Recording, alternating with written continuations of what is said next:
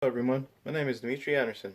I've spent the last 3 years working as a zookeeper, behaviorist, and wildlife educator.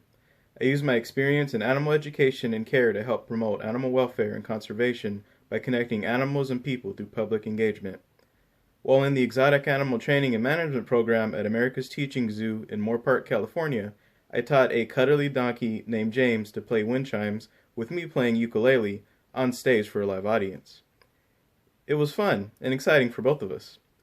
I was most recently a wildlife biologist for the Wildlife Learning Center in Silmar, California, where I traveled and gave live animal science presentations to audiences of all ages, mostly at daycares and K through 12 schools. But now I enjoy working as a substitute teacher for the Fontana Unified School District. So, why did I want to investigate virtual field trips? There are a lot of challenges planning and leading conventional field trips in a low socioeconomic school, which include identifying times within their workday to contact field trip venues for scheduling purposes, completing district and transportation documents, written communication to parents to obtain signed permission, soliciting parents as effective chaperones, fundraising, and transportation. It is in these challenges that we begin to see the creation of opportunity gaps among populations of English language students who are most often in low socioeconomic schools. What about virtual field trips for ELs? Well, with virtual field trips, we get some great solutions to a lot of the problems that we get with conventional field trips, including increased learner-centeredness. This means that the student can control the pace of the presentation and complete it at a time which is convenient for him or her. Appropriate scheduling. The computer assignment can be made at an appropriate time after the prerequisite material has been studied. Use of multiple modes of learning. Virtual field trips can be designed so that a variety of stimuli, audio, video, text, can appeal to different learning modes. Teaching flexibility and efficiency. Teachers can spend more class time covering concepts while students access the virtual field trip on their own time.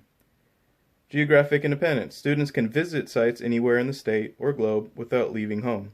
This can help to overcome problems of rural isolation. Temporal independence. Students can access a virtual tour anytime they feel it is convenient and spend as much or as little time as they want there. Ease of use. Web browsing is very familiar to most people today, and it is likely that little training will be necessary for students to use this technology. Safety and practicality. Actual field trip sites may be unsafe, require great physical exertion, and be inaccessible due to bad weather. Control of content, language, and features. Teacher-created virtual field trips have the advantage of containing customized lessons designed to closely fit the curriculum, match the reading level of the students, and focus on local sites which help learners better identify and relate to concepts. Additional information. If the virtual field trip is on the World Wide Web or is made with an application that allows webbing, additional information can easily be included via hyperlink. This avoids cluttering the screen with non-essential material. Improvements and alterations are easy. If there are revisions or updating changes to be made, the instructor can easily make these changes immediately to the presentation. Reusability. Once a virtual field trip is made, it can be upgraded and improved and reused from year to year.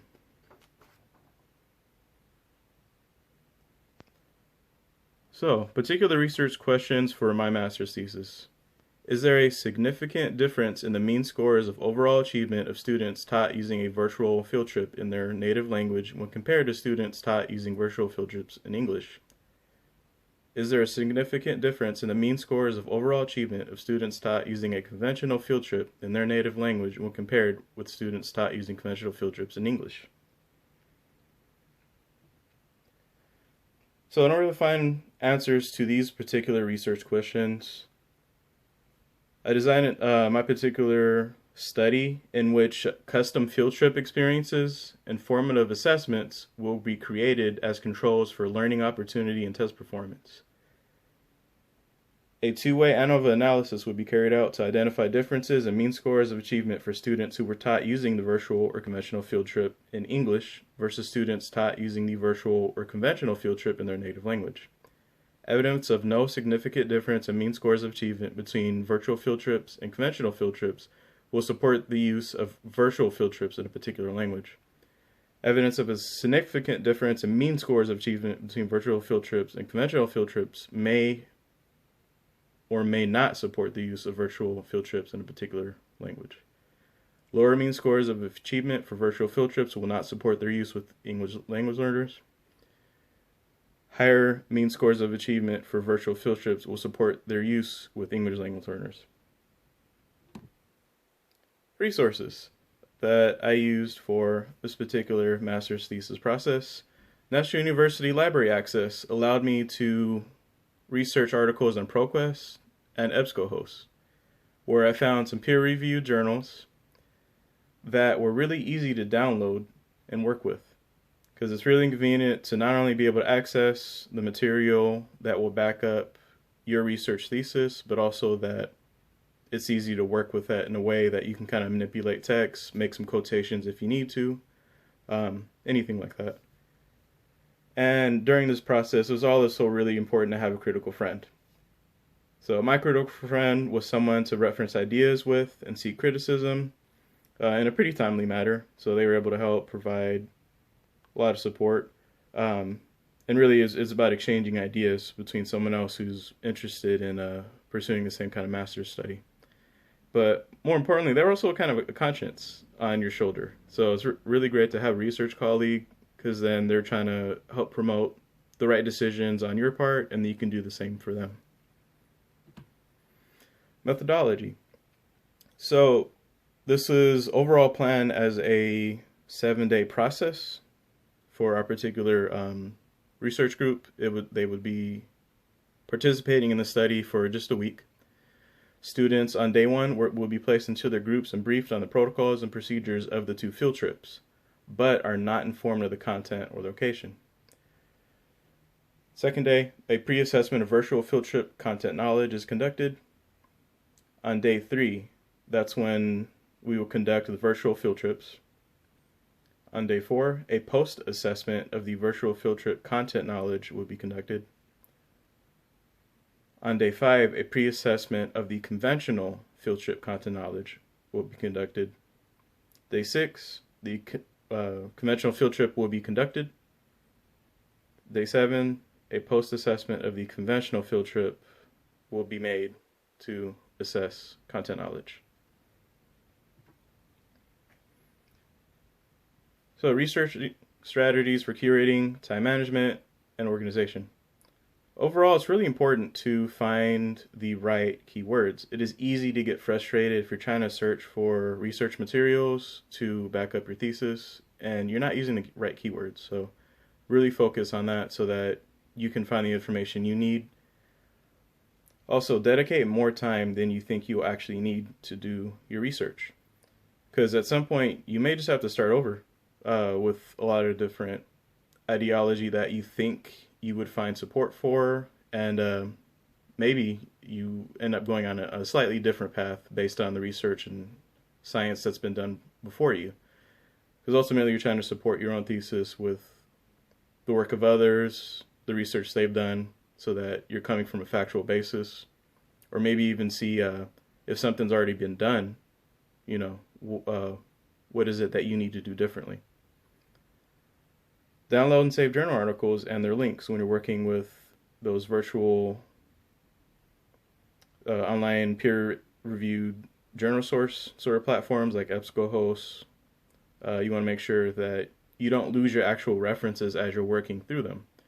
Because if you lose the link to that article, or you forgot to download it, and yet you provided some sort of factual basis in your paper from the content of their paper, it's going to be really hard to track that back down if you didn't copy down the link or even download the article itself. Personal reflection. Successful two-way ANOVA achievement results for virtual field trips could prove promising for more elaborate and expansive study.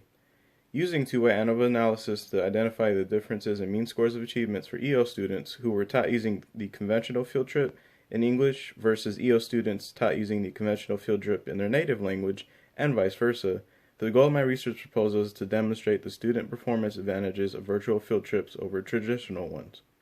There are many other factors at play when considering the pros and cons of these two field trip formats. However, as educational opportunities, student performance should be the first factor studied. This study could be conducted with minimal impact on participants and on a relatively small scale.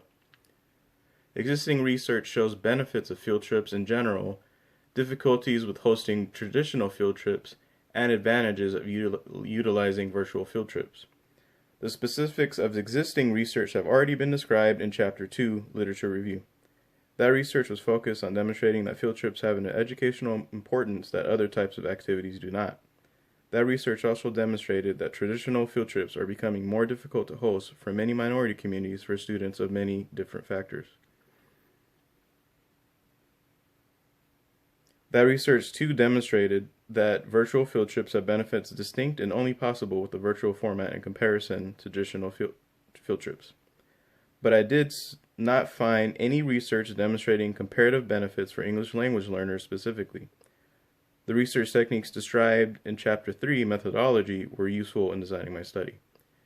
If virtual field trips prove to be comparable at educating English language learners, then they might be able to be adopted as a regular practice. We should take great care to ensure that English language learners are getting the best educational benefits we can give them, as the implications for this study could prove useful in demonstrating that virtual field trips may be able to provide. It is most unfortunate when teachers are unable to provide field trip opportunities for English language learners to learn through inquiry and exploration. If virtual field trips prove to be even slightly less effective than their conventional counterparts, then virtual field trips could still be viable, so long as they eliminate or control for the factors that put hosting conventional field trips at risk. More research on virtual field trips needed to prove them capable of providing effective learning in both a time and cost-efficient manner. In cases where conventional field trips cannot be used for time or monetary constraints, virtual field trips must be cheaper and faster to be of more use. My research proposal does not outline the cost of developing and operating virtual field trips, which would need to be done after it is established that they allow English language learners to learn effectively. There is a major problem with technological access that districts could run into if the long-term costs of virtual field trips actually outweigh the short-term costs of conventional field trips. The potential economic impacts of replacing conventional field trips with virtual ones should also be considered. For example, institutions like zoos and national parks are often funded by entry costs for public attendance and other visitor activities. It could become an issue for these organizations if the actual revenue from involvement with creating content for virtual field trips does not balance with potential revenue from school visitors on conventional field trips. So plans for my future after I complete my master's degree. I plan to promote the use of virtual field trips based on their efficacy in meeting the challenges that conventional field trips often can't meet while working as a high school biology teacher. So, thank you for your time, everyone.